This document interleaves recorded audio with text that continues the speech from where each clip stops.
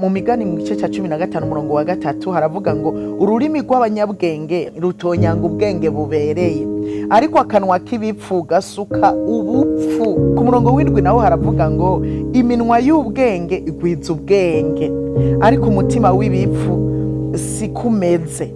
Burya icyari kidukwiriye twari dukwiye kugira ubu bwenge, kuko ngo iminwa y'abanyabwenge isuka ubwenge, ururimi rw'abanyabwenge rutonyanga ubwenge. Nukuvuga uvuze uca uvuga ivy'ubwenge. Ivy'ubwenge murumva ko bitandukanye n'ivy'ubupfu. Ivy'ubwenge urumva ko binyuranye no kuvuma. Ivy'ubwenge urumva ko binyuranye no kurandamuka. Ndabinginze rero tugira ubwenge.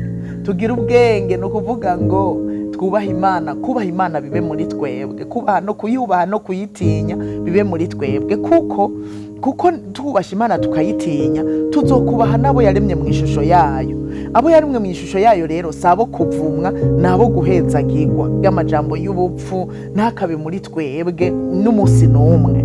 Ibiyago bibi nibikace mu kanwa kacu n'umunsi n'umwe, kuko ibyo nibibereye ibipfu nyene abantu batazi Imana no kuvuga abantu batubaha Imana nibo babereye ayo majambo y'ubupfu. Ariko twebwe dukwiye kuvuga amajambo mazima, amajambo ari mu ubwenge, tukavuga nk'abanyabwenge. Uratse ukuntu biryoshe, ese ukuntu biryoshe iyo umuntu ariko aravuga akavuga ibintu vyiza, akavuga ibintu bihezagira. Ese ukuntu biryoshe iyo uhuye na mugenzawe akakubwira amajambo meza, amajambo y'ubwenge.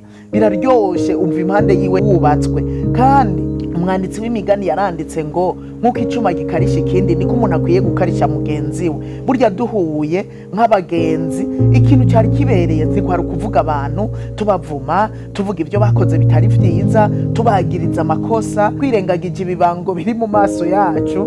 Ibyo ntibyari bikwiye kuba muri twebwe. Ni wahura n'umugenzi kizokwereka ko ari umunyabwenge nuko azokuyagira ivy'ubwenge. Ivy'ubwenge navyo kenshi nukuyaga amajambo y'Imana kugira ngo wirinde usanga wavuze ibintu bibi. Ucuyaga amajambo y'Imana. Amajambo y'Imana nayo kugira tuyayage bisaba ko aba muri twebwe agwiriye. Nico gituma umunyabwenge ategerezwa gutunga ijambo ry'Imana rigwiriye muri iwe, kugira igihe cyose avuze bimwe bibogaboga muri twebwe, habogaboga ijambo ry'Imana muri twebwe, kugira ngo dusohoye ubera ibibogaboga muri twebwe nivyakanwa katura, nivyakanwa gasohora. Rero habogaboge mu ijambo ry'Imana, habogabogemwo umuhezagiro, kugira ngo idusohoye tugiye kuvuga biba ari byo tuvuga. Duhuye na bagenzi bacu tubabwira amajambo y'ubugingo, bubakwe bakarishwe. Biraryoshe.